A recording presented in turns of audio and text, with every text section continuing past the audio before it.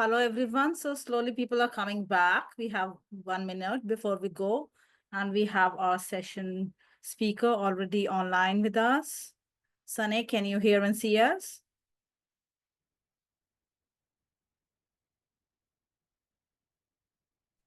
Okay, I can see Sanae. You can hear me. Welcome to the winter school, Sanae. You have already talked in the past cohort of the winter school, and we're delighted to have you again to touch upon a very different aspect related to nature-based solutions, sustainable behavior per se. Before I introduce you, and of course you can add more things about your work, I'll only maybe say a few words about you and your work. And you can see this year we really have a very large cohort, number of students from UNU, at least 4 or 5 UNUs, and also from UNU-MERIT, and also from other parts of the world, both global north and south. So we're very delighted for this wonderful large cohort, people very interested to learn about nature-based solutions, sustainability solutions. And welcome again, Sanae, to the winter school. Well, Dr. Sanae Okamoto is a senior researcher at UNU-MERIT, and you all know about different UNUs now from our first inaugural session, so I'm not going to detail of that. And she is a behavioral scientist and a psychologist by training, working on various aspects related to behavior science, and also health-related aspects of climate change, specifically mental health and psychosocial well-being. And that's where our work also intersects with how climate solutions can be all-encompassing, or sustainable solutions should also take care of behavioral aspects that are relatively under-reflected in the current discourse of sustainability. So there is a lot of emphasis on hard solutions, or solutions that have a physical frame, in the sense of planting trees or restoring a nature-based landscape. But the soft side of sustainability solutions have really gotten a very small attention in the larger spectrum of solutions. So today I will have a lovely discussion by Dr. Okamoto, and I also encourage her to share more about herself and her work as she progresses with her talk. As you all know, once again, I will be moderating the session, so all the housekeeping and the house rules that were discussed by Marta applies across. Feel free to share your insights in the chat box, ask questions, and we'll take them as and when we go. Sanae, we have nearly an hour in hand, and we'll like to maybe see that we have at least 15 to 20 minutes for questions, more the merrier. However, if you like to also in between take a pause, take questions, that we also encourage that. So up to you to see how it works best for you. Well, Sanae, the stage is yours. Thank you very much for having me here, and also thank you very much, Nidhi, for the kind introduction. And before I start to introduce myself, maybe I try to share my screen and see if this works well. So just let me just try first. Do you see my screen? Yes, we'll love in the presentation mode. Yes, all is good. So, whole screen. Okay. Then is it okay maybe that I close my video, or to just make sure Yes, you can open it during the Q&A session. Okay. So just to make sure everything goes smooth and so on, I just minimize this kind of like band. Okay. So yeah. Good morning, everyone. I think you are in the morning time period. And also some of you are coming from different areas of the world. So hello and good morning and good afternoon, everyone. And also big gratitude again to the organizers for having me to this very important session. I'm Sanae Okamoto from United Nations University, UNU-MERIT in the Netherlands. I'm a senior researcher, behavioral scientist with a background in psychology and cognitive neuroscience. I have been working on the topic of circular economy, green transition, especially for behavioral change for pro-environmental actions, such as plastic recycling with the cities and communities, and also with the private sectors. And today I would like to talk about how behavioral science can support circular economy solutions by tackling sustainability challenges. So the human behavior is probably at the core of sustainability challenges. And it is often assumed that behavior that are harmful to the nature and the natural environment takes place because people are not really aware of the negative impact their actions have on the nature and the environment, or because they have ideas or beliefs that counter the fact, or they think the short-term gains from committing to harmful actions is larger than the cost and effort they bear for committing to pro-environmental actions. So one of the solutions would be behavior change. And it requires fact-based information to increase public awareness by education or communication, or alter the context or environment so people are nudged to behave in a pro-environmental manner. And some scholars argue that environmental or sustainable knowledge in itself does not lead to pro-environmental behavior, but if people have enough intention to be environmental or sustainable, that would change people's behavior. So we assume that this intention or motivation or attitude, something of psychological willingness, would be one of the keys for behavioral change. And I have been working on plastic recycling project in Europe, the Netherlands, the Belgium and Germany, and also as well as in Africa, a peacekeeping mission area of Abyei that is located in between South Sudan and Sudan. And today, so therefore today's talk, I often refer to plastic waste related pollution in our environment. And I would also like to share the insights from our ongoing project later on. And the first of all, our waste, especially plastic waste that ended up in nature, has been considered as one of the most iconic environmental threats and challenges for true circular economy solutions in recent years. If you look at plastic waste as an example, recent reports estimate only about just 9% of plastics that have been ever produced were recycled. The rest of more than 90% end up like this somewhere in our nature or cities. So plastic pollution in our ocean is one of the most pressing environmental issues we are facing today. And according to UNEP, United Nations Environmental Program, more than 8 million tons of plastic waste end up in our oceans every year. And because of plastic's durability and resistance to degradation, it's almost impossible for nature to fully break it down. And there's the plastic pollution we see that is washed up on beaches, but the consequences are also severe for marine life, as a large amount of plastic litter gets ingested by animals or entangled in corals. And also a recent study found that 70 to 80% of plastic in the ocean stem from land-based sources, much of it transported by rivers, indicating that intervention in the cities where rivers going through are essential to reduce ocean plastic pollution. Addressing marine plastic pollution requires a fundamental change in human behavior around urban areas. One of the pro-environmental action we can take in an individual level in our daily lives to this challenge is making sure our wastes are properly sorted to be recycled but not littered on the street or any waterways, especially for the countries that have capacity to recycle these waste.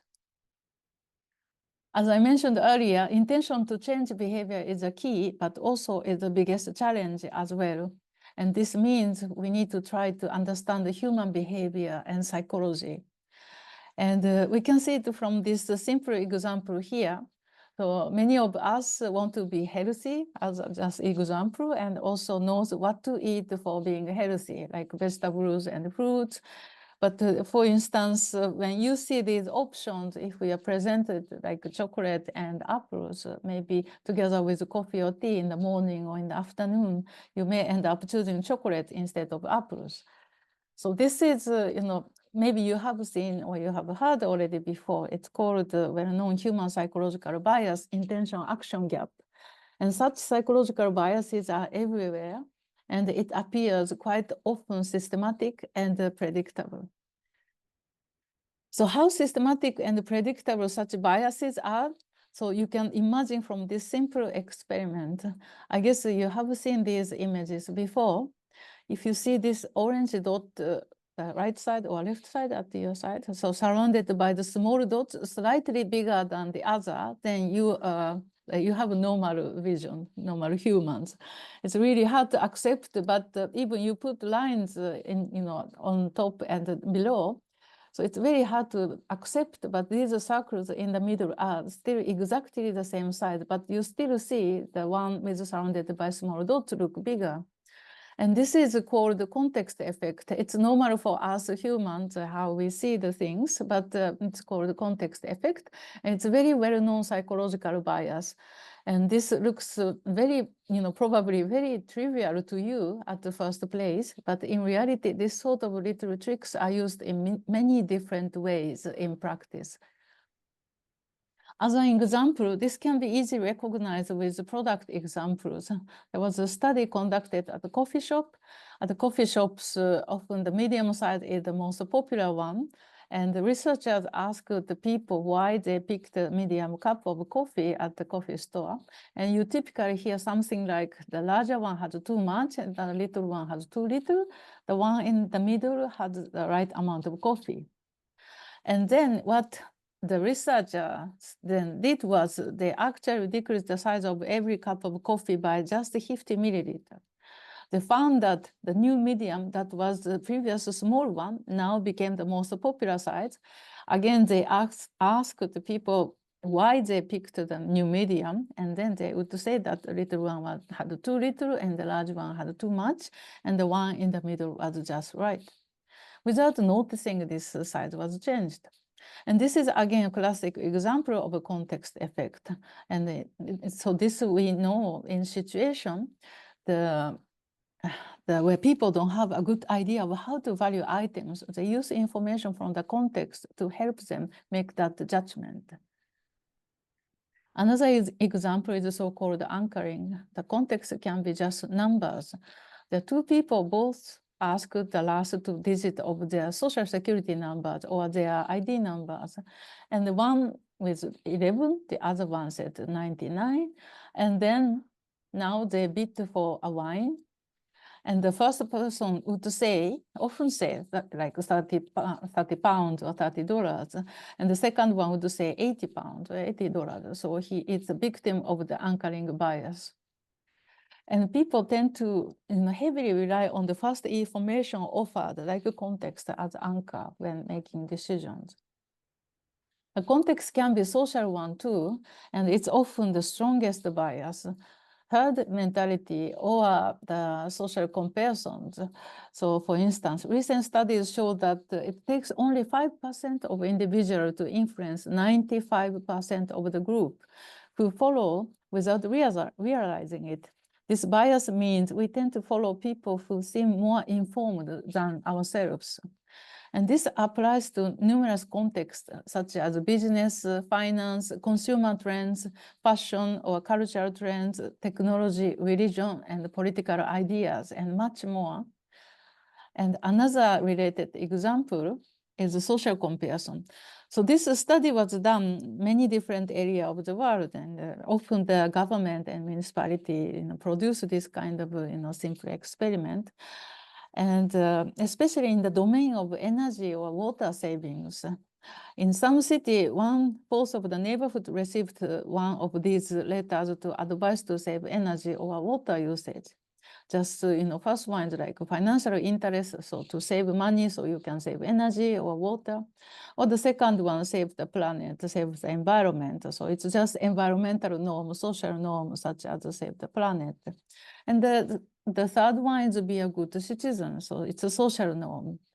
And the most effective one is the last one. So the letter information was saying like the social comparison. So your neighbor is doing better than you. So this is the most effective one to make people to save energy or save water. And this sort of things exist in so many different areas, and these are not all. So you see this, the images with so many different biases indicated, and these are not all. There are still more coming up and identified based on the solid research.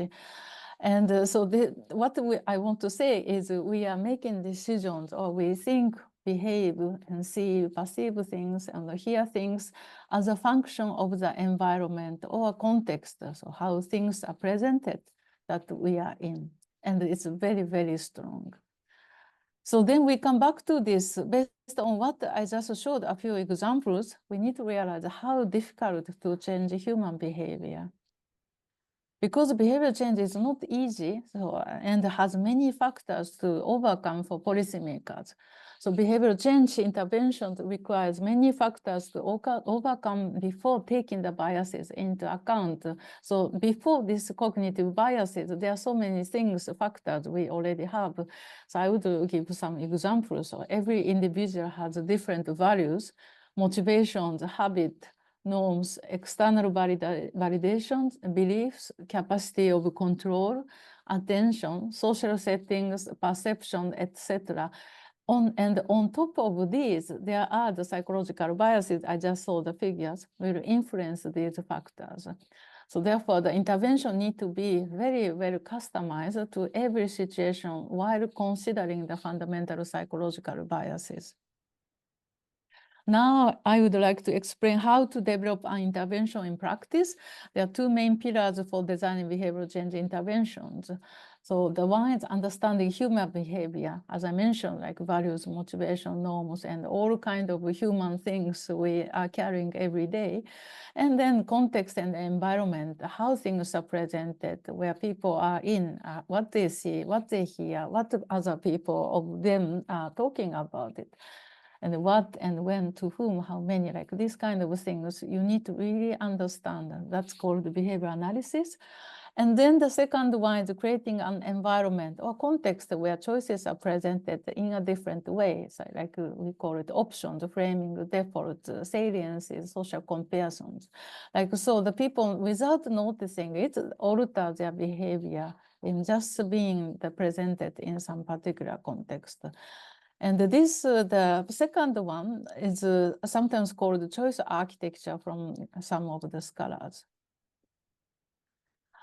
And there are roughly 4 categories of strategies or interventions to change behavior. And these can be applied for both non-profit and profit world. The first one is regulations and restrictions. So for example, for profit world, you can get rid of some products such as junk food from the market, or for the more policy welfare field, make regulated supply. For instance, some strong medications can only be supplied by authorized prescription, sorry. And then second one is monetary incentives. So this also you probably hear often from subsidies and tax and so on. You can put more tax on, for example, like gasolines or cigarettes. So people get less inclined to use cars or to smoke. Or you can also make subsidies for installing environmentally friendly items such as solar panels or electric cars. Or you can also make some punishment if someone like didn't follow some changing the behavior. And the third one is information, education, and persuasion. So these can be included in disclosures or can be advertised as a campaign. So you need to understand the human behavior, human psychology to make it very salient to develop some educational materials. And this can be used a lot in the profit world, like advertising campaign and communications to increase the profit. And the last one, finally, this is behaviorally informed strategies or design. Some people call them nudge or nudging.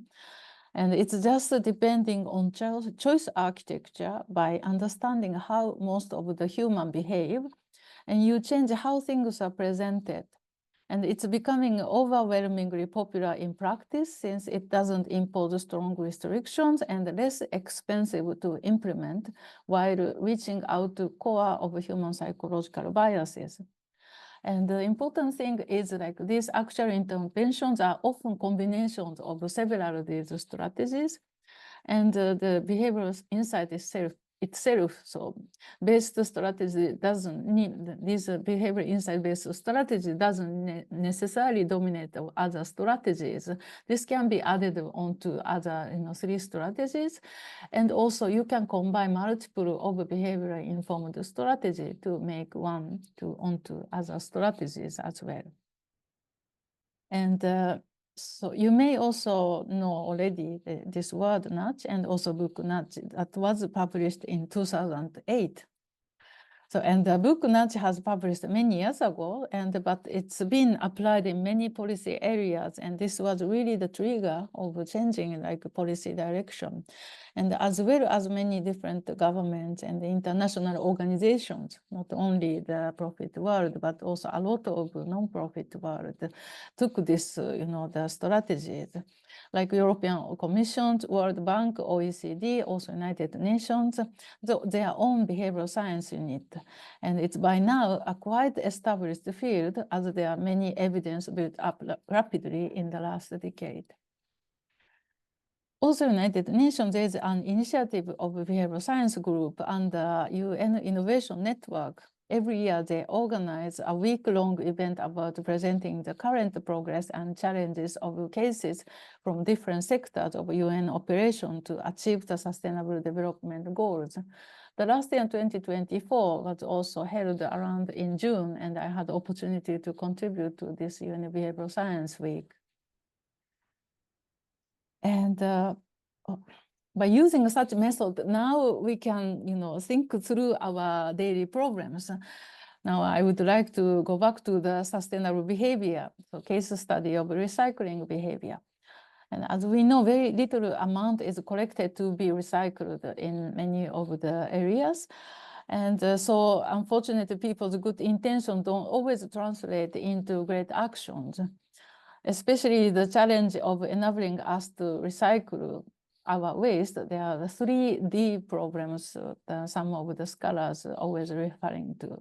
So diffuse, distant, and delayed. Diffuse or difficult. So the problem is because unclear what to do to recycle for the population and what is recycling, what would be the consequences of recycling or not recycling. It's just unclear and it's difficult to imagine. And the second one is distant. Like raw materials extraction or real landfill sites are not often nearby your house or even relocated in different countries or not directly visible. So that's why you don't see it. So that's why people feel so distant. You don't feel it immediate situation. And the third one is delayed. Doing recycle does not have an immediate visible impact in the short term for many people. So people lose attention to keep doing it. So you feel like you are sorting your waste, but then you don't immediately feel, the marine lives are saved by you put your, the plastic bottles in the recyclable bin. So that kind of like things are really doesn't come to immediately. So then people also lose attention.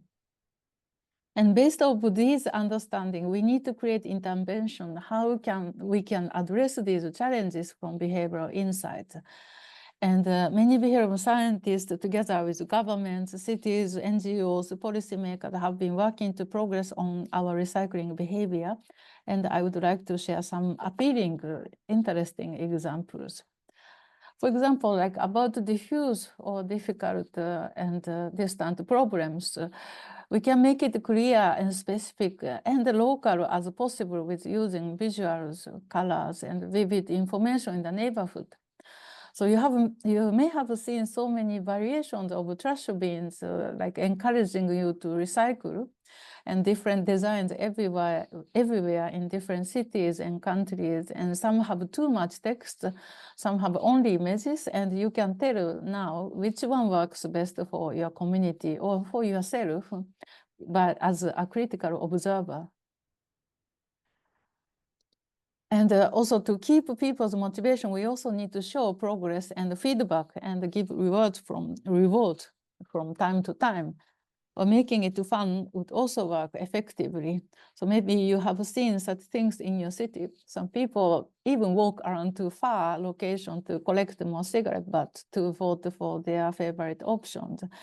And the key thing here is people can see how much each bin has cigarette butts. So you see there's some feedback and it has some fun and gaming elements. Like this kind of constant feedback is really necessary for keep people motivating. And other waste-related nudges can be quite famous. So this is a very famous toilet pot. It's known as the Amsterdam urinal. So they are first time installed in the male bathrooms at the Amsterdam Schiphol airport. And they placed a tiny sticker of a fly in the toilet pot. And it seems that if there is some target, people just tend to aim it. And after installing this, they reported the spirit declined 80% and reduced the time and the cost for cleaning. So there was also direct benefit for doing it with such a small changes and such an inexpensive intervention. And this is another nudge type intervention example, and they are exactly the same picture placed on the 2 or 3 different sized plates. And this is our illusion that the bigger plates make the portion look smaller. So, but researchers found that if they provide just smaller plates in the cafeteria or canteen, people put less amount at a time, and it reduced the food waste by 20%. And importantly, not only reducing food waste, the restaurant reduced the cost to purchase food ingredients, and there was also no change in guest satisfaction. So it ended up with a sustainable and profitable win-win scenario. You may also remember there are 4 types of change strategies, and the ban or regulation are not considered as a nudge strategy with choice architectures, but other effective behavioral change strategies and often combined with nudge type strategy to present it to the public. So this image is clearly, showing what is what about, if you don't reduce, the single-use plastic, and then what will be in the marine life, like this kind of things and clear. And this is like the regulate the use by adding tax or asking to pay for plastic items. And this information need to be disclosed and then need to be communicated very well and clear manner. And another type of behavioral change strategy is, again, information, as I just showed some EU plastic ban, examples, and education as well to keep up pro-environmental action. Education and communication through trusted and influential voices are essential. So, for example, how to sort out the trash as a part of a school education curriculum would be a really interesting thing. Or your city sends you an information letter to save, for example, like energy use or water use. And these examples look simple, but are developed based on a number of research and obtained evidence. And these strategies have some impact for some time, but also it's possible the effect gradually fades. Then you also need to revise or add different elements to make it effective again. So for that, we need another round of research and a pilot. So now I would like to briefly show a rough idea how the behavioral change intervention is usually developed. This is a scheme of how to design a strategy for behavioral change. There are multiple versions of this, but most of the core elements are the same, and this represents quite well what we need to cover. And this is from OECD Behavioral Science Unit called the Basic Behavior Analysis Strategy Intervention and Change. And what you need to do is first set the behavioral goal. What and whose behavior do you want to change? Who is your target actor? So who will do what, by when, by whom, and how much are the key questions to address? Like all kinds of things you need to figure out in the beginning. And then the second one, A, analysis. Analyze and map the context. Understand the context very well. So are these target actors having enough information to change? Or do they have a right mindset? Are they ready for this change? Are there any factors such as cultural factors, financial factors, age groups, social pressures? If information is too much for targeting young people or older people or different language group, like all kind of things. And you should research this very well so you can feel yourself in their standing points. And the third one is the strategy. So diagnose barriers to change and identify good strategy. So make sure you identify every barriers and obstructions to block the target actors from achieving the goal, because every single barriers could be nudged to facilitate the behavior change. That will bring good strategy. And then the fourth one is intervention, so design intervention solutions. And if possible, you can also co-create with the actors, but then also still need to be very specific, concrete, and creative. And need to be accepted by the target actors, because it's important thing is you need to make these actors to be owner of the change. Otherwise, they feel they are imposed and they would not, actively willing to, change their action. And then determine what and how, all small steps or changes of action to accomplish the goal. And the last one is the change. Test and iterate to change behavior. So the test intervention and iterate and measure and adapt to scale up. And what you expect when you experiment it, start with a smaller size group, so you will see the result quicker, and also it's cheaper to conduct. Then once you know what works, you can scale up, but then you need to keep measure effectiveness, and if necessary, need to revise it. And the detailed example would be, so the first one, the behavior, so after identifying target behavioral aspect of the policy problems, who does what? For instance, in this example, saying the increase pension savings by encouraging more citizens to enroll in pension plans. And then the next step, the analysis. You need to check what type of biases from behavioral science could be underlying causes of people not to enroll in pension plans. In that case, individuals tend to stick with default and choose inaction over action. This is also well known. The psychological biases, people, like prefer to not act and also prefer to stay with the default options. And then third one, the strategy S. Identify what the policy strategy can be changed. This example is using behavioral technique to change the default option, so people automatically enrolled, but still people have a choice to opt out. This is important actually to give freedom for people to change behavior for behavior intervention. So people need to have some choice what they want, but also not strict, not considering a strict regulation or punishment. That's a key element of behavioral intervention. And the fourth one, intervention. So once you know which policy strategy to be altered, you need to test if this works. You can also involve citizens to co-develop the strategies as mentioned. So you can read this example, test whether allowing individual to opt out increases pension savings rather than the current practice of opt-in. And then the last one, change. Once the test result turns out good and the planned intervention is effective, you need to implement and scale up, but you need to keep monitor the effect, evaluate and revise.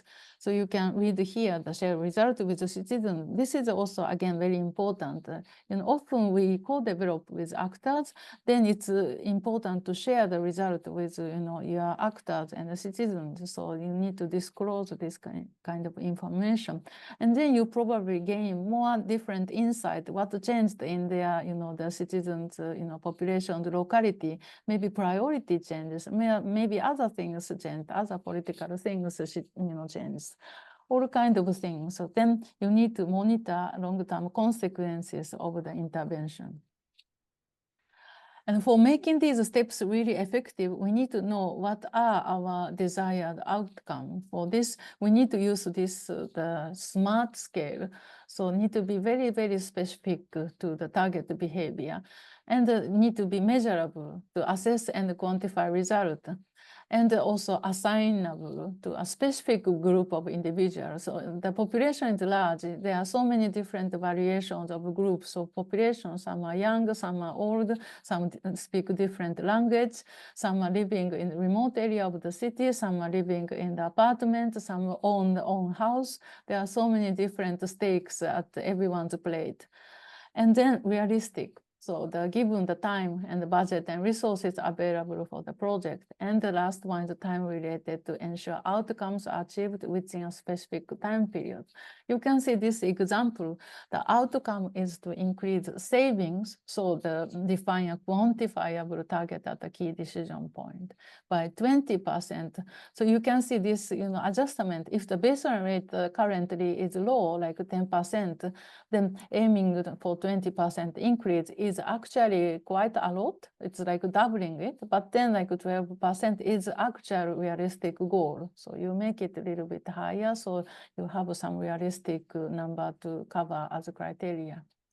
And then the 20% upon receipt of income among low-income workers. So focus on a specific type of user, because it's often different from low-income communities. High-income communities, they are different assets, different priorities. So that's why you need to customize targeted actors.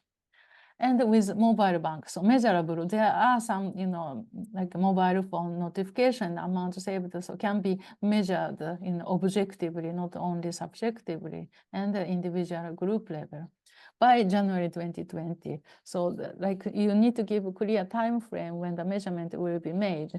And this is kind of like a checkpoint. And so these are like very important steps. You need to be very, very specific and very understandable by everyone, but also very well targeted. And once you set the very, very clear, explicit target behavioral goal, now we need to analyze which psychological biases and other factors are causing the behavior that you want to change to develop a behavior-informed strategies.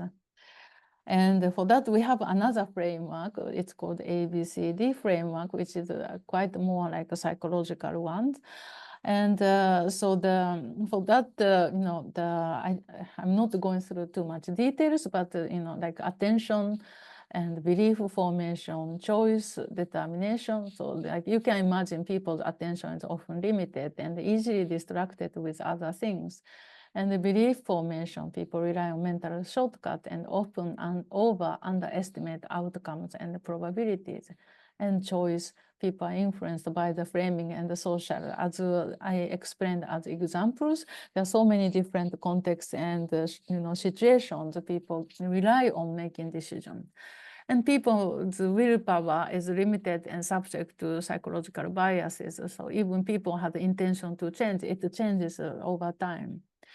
And for that we have another analog as I mentioned, but by utilizing this, like you can make this kind of like the analysis of the behavior, population behavior very well.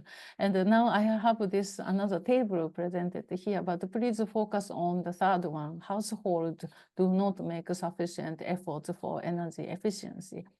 So just for, this is, as I explained earlier, using a psychological underlying causes of a social norm and using a technique of social comparison. So this you can, clearly choose what is the, good strategy, which was already done in different areas of the world. And then in your municipality or your group of people, you can try to modify it to fitting with your group of population. Okay. And so this is just tips from practitioners. And if we want to change behavior, make good choice easy, attractive, social, and timely.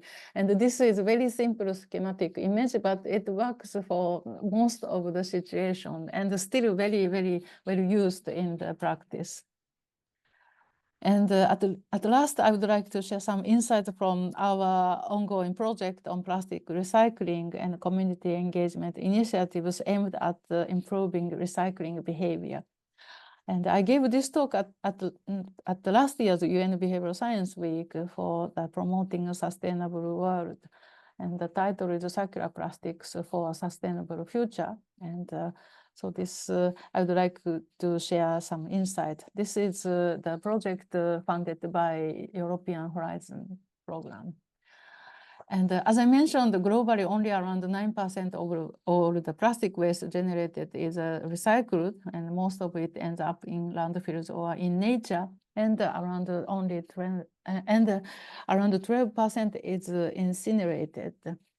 And we are trying to, tackle why this is so difficult to recycle, and why are we not recycling more plastics?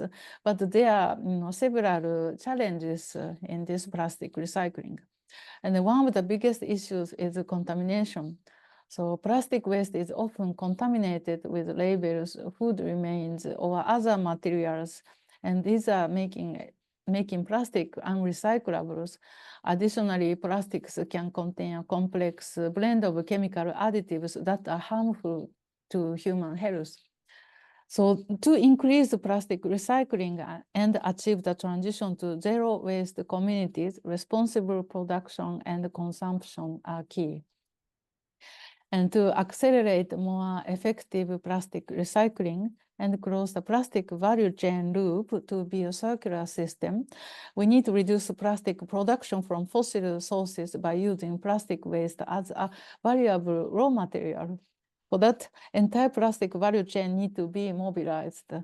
And this European Horizon project that I have been involved in, located in the southern region of the Netherlands, is addressing this challenge by working with various levels of the plastic value chain, also together with the local community, but also the academicians, but also the local petrochemical industry. And starting from circular economy governance, upscaling chemical plastic recycling, and to community engagement programs, we try to address this big challenge. And our commitment of the work group I have been working with is this the fourth one. You see it's the dotted line, the circulating this city level community-based engagement programs. And this is utilizing behavioral science together with multiple behavioral science colleagues. We use the several different behavioral science models, like COM-B models. This is like the model trying to identify the capacity of the population, opportunity of the population, and the motivation of the population to change behavior. And we are co-creating education and raising awareness initiatives to improve the quality and quantity of the collected plastic waste by improving communities' plastic recycling practices. And that means we are co-working with the community stakeholders to target different population groups to design customized intervention. Started 2 years ago, this 4-year-long community engagement project has been a great product of co-creation involving multiple behavioral interventions with local multi-stakeholders. So first, we developed a knowledge base to identify stakeholders and target recycling behavior, while also assessing the feasibility of possible behavioral interventions. And then we conducted a spatial analysis to identify areas with lower levels of recycling practices, as well as identify suitable intervention by analyzing interview data. And in phase 3, together with the municipalities, schools, and local waste companies, we co-designed and co-conducted the interventions. And we are now in phase 4. And this is an impression from the municipality of Sittard-Geleen in the Netherlands, which has around 93,000 inhabitants and covers an area of 80 square kilometers and consisting of multiple small cities. And the municipality has established a community city lab in the city center to actively engage citizens in reviving the city, calling them as city makers. And our project has been one of the great catalysts in promoting this ambition for the region. I would like to showcase a few interventions we have conducted so far, and one of them is a school project. So we targeted 9 to 10 years old and developed a 7-week school program in collaboration with teachers and the school foundation. The children started with a quiz to assess their initial understanding of plastic recycling and the concept of the circular economy. Then we asked them to bring plastic waste from home and then worked together to figure out what can be recycled and how to sort and clean it properly. They also conducted surveys with neighbors and family members to increase awareness. And in partnership with a plastic recycling company, we also set up a pop-up plastic recycling line at the school, so they could see how plastics are recycled and experience 3D printing with recycled plastics. And after these 5 weeks of experiential learning, the children prepared and made a presentation about what they learned. And together with the teachers and children, we chose the winner as a change agent champion for their outstanding presentation. And alongside the school intervention, we also conducted a special analysis with local university students. On the left, you can see the city map showing recycling platforms and several key places such as schools, retailers, and hospitals. We also mapped the density levels of the city's residential areas, comparing them with the built environment and land use of the city, such as agricultural land, railways, green areas, industrial buildings, etc. And these observations provided insight into the quality of these spaces, balancing the population density with the proximity and the capacity of the recycling station. You can see the pictures, the top and the bottom. So these are the actual picture of the recycling stations these populations can access. And you see on the images middle and the right side with the black dots are this recycling station. And we studied how much these are used, how clean it is, and how many people coming in and what time frame people are using it. And these special analysis helped to identify neighborhoods that were not meeting good recycling standard. And what we tried to address these problematic neighborhood was we recruited local residents to become waste coaches in collaboration with a local waste handling company. And we provided the training and asked them to visit these identified neighborhood streets to improve and educate the population for recycling behavior. And they visited over 600 households, and we conducted pre- and post-intervention sorting analysis to understand the level of contamination per location and the effect of the waste coach intervention. And these are some lessons learned so far. And so co-creation with intervention with a multi-stakeholder is very, very important. So we made sure the community felt ownership of the intervention. We get a lot of different ideas and different motivations. So it was a very, very fruitful experience for us to co-create intervention. We have evaluated the outcomes to identify several challenges, including behavioral and environmental barriers, and the limitations of interventions or measurement. And in the coming steps, we will continue co-creating and scaling up interventions. And this includes rolling out a school project to a few more schools, installing a pop-up plastic recycling line in the city center where 10,000 children from the larger region can visit and experience it, and co-creating appealing designs such as a football stadium plastic bucket seats with recycled plastics together with local artists, student designer, and communication expert. We will also bring in some of the effective intervention to the neighboring regions of Germany and Belgium in the coming years. And for this particular study, I would like to thank to the European Commission for funding the project and my colleagues, consortium partners, and the city of Sittard and Helen.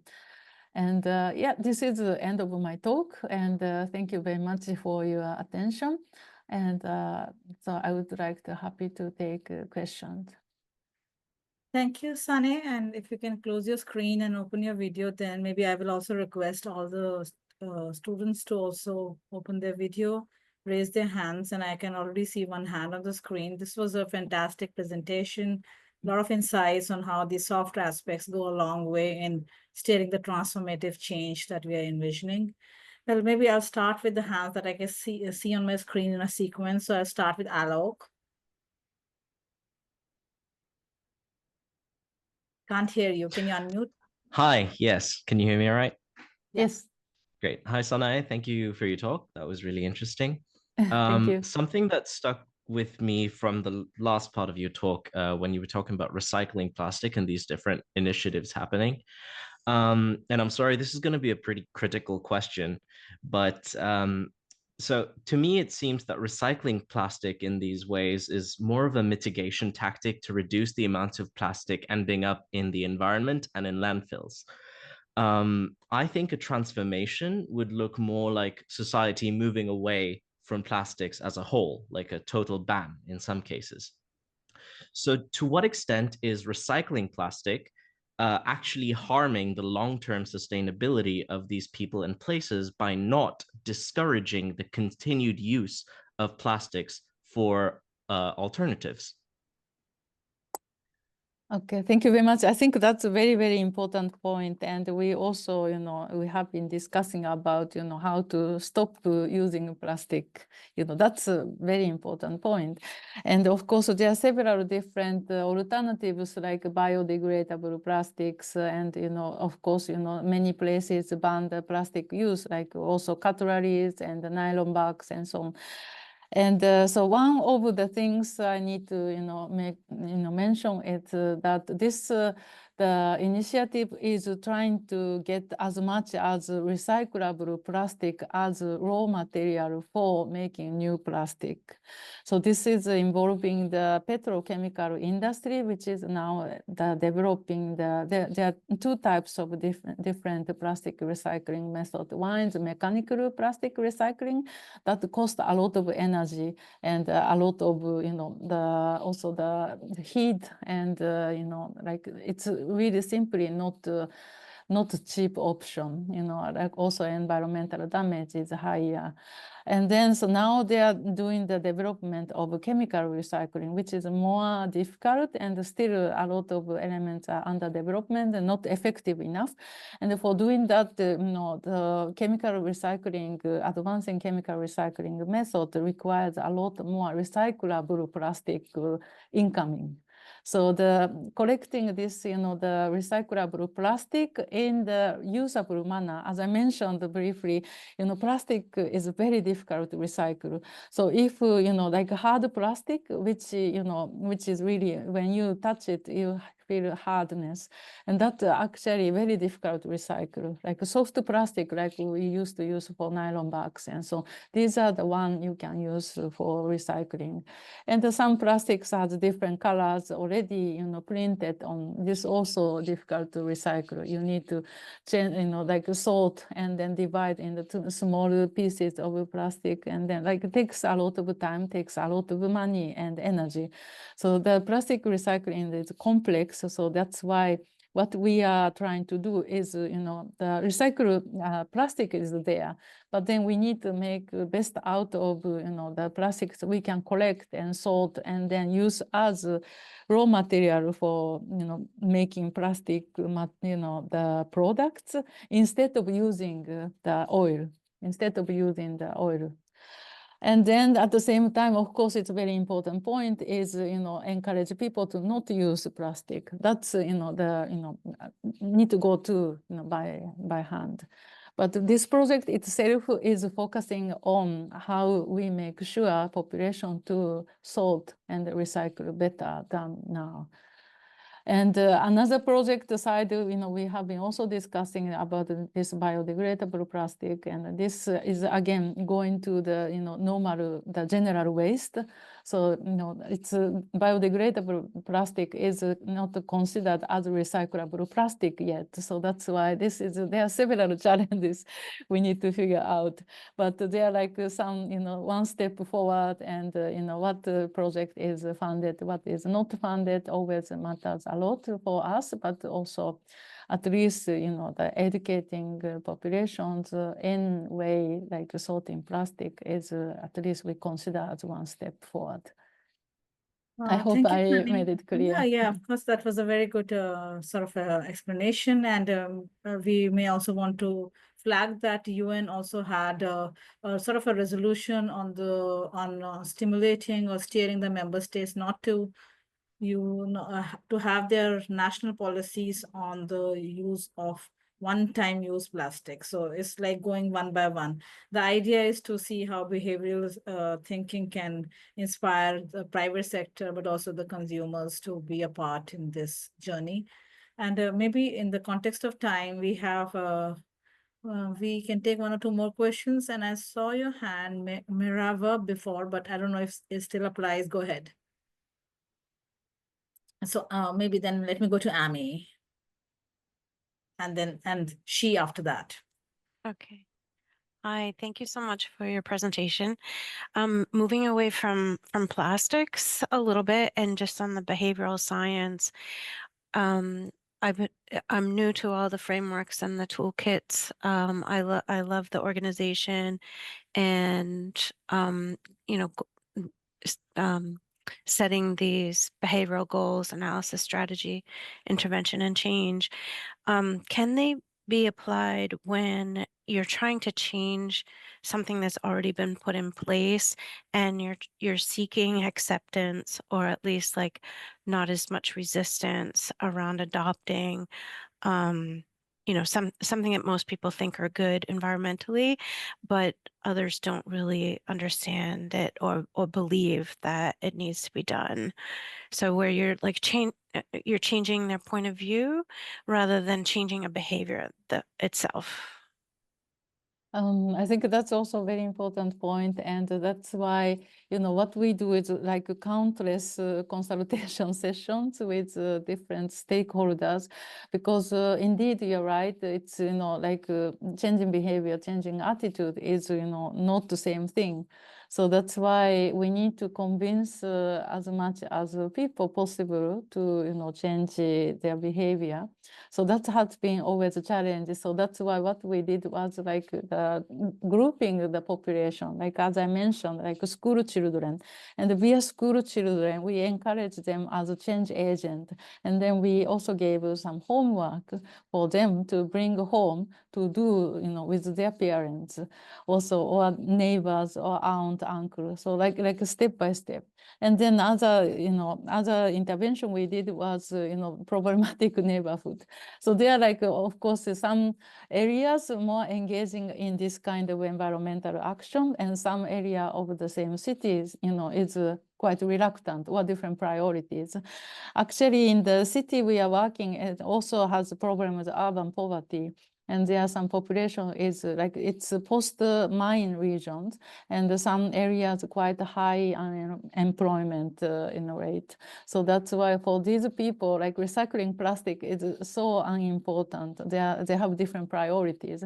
And then if we say, please recycle plastic, they will never listen. So that's why, we also made, different way of tackling this issue, like, like local waste coach from local neighborhood. And we, like encourage this like local population to talk to local population itself. Like these are the like small steps we need to consider. And every population has a different priorities, so you need to customize interventions. Thank you, Sanae. Thank you. And I'm sure that in the some of the classes you will also learn about the role of incentives, and that's where this will also be rolled out in terms of nature-based solutions. We can propose solution after solution, but unless we incentivize people to be those champions of adopting and scaling solutions in some way, then I think it's likely that the solution will not be easily will not have an easy buy-in. So I think we will have some classes to cover that, especially from the economics viewpoint. So the floor is yours, and we have literally 2 or 3 minutes to close the class, but go ahead with your point. Oh, yeah. So first of all, thank you so much for your talking. And I really appreciate you mentioned the physiology, and Amy actually asked the question related to mine, because we know it's very hard to change the other person's perspective. I want to ask how hard it is, or will you share an experience that you use some of your strategy to help to like localize a strategy that really make it efficient? Thank you. So it is very hard, and you are very right. And yes, also like another thing is attention. People's attention span is like surprisingly very easy to be drifted. So that's why like we need to repeat. What we did was in one of the class of the school we did last year. We also did this year to kind of like let them learn again, like children like their attention they get so excited, but then like next day they have different topic they want to do. So that's why we revisited the same class and then did the same task, and then surprisingly they remembered so well, and then they were very happy to redo it, and they were even more motivated than last year. So that's why I think it's very hard to convince people, change people's behavior, but like iteration or like consider how the people's attention can be easily shifted. We always need to like update and revise this kind of interventions. And as I mentioned, like there are so many different examples. Some worked in some areas, but not in different area, or even in the same city. One works for one, but not the other. So there are so many, the challenges, but, step by step, you need to, customize it, reiterate it, measure and learn and adapt to scale up. So that's, what we have been trying to do. Thank you very much. Thank you so much.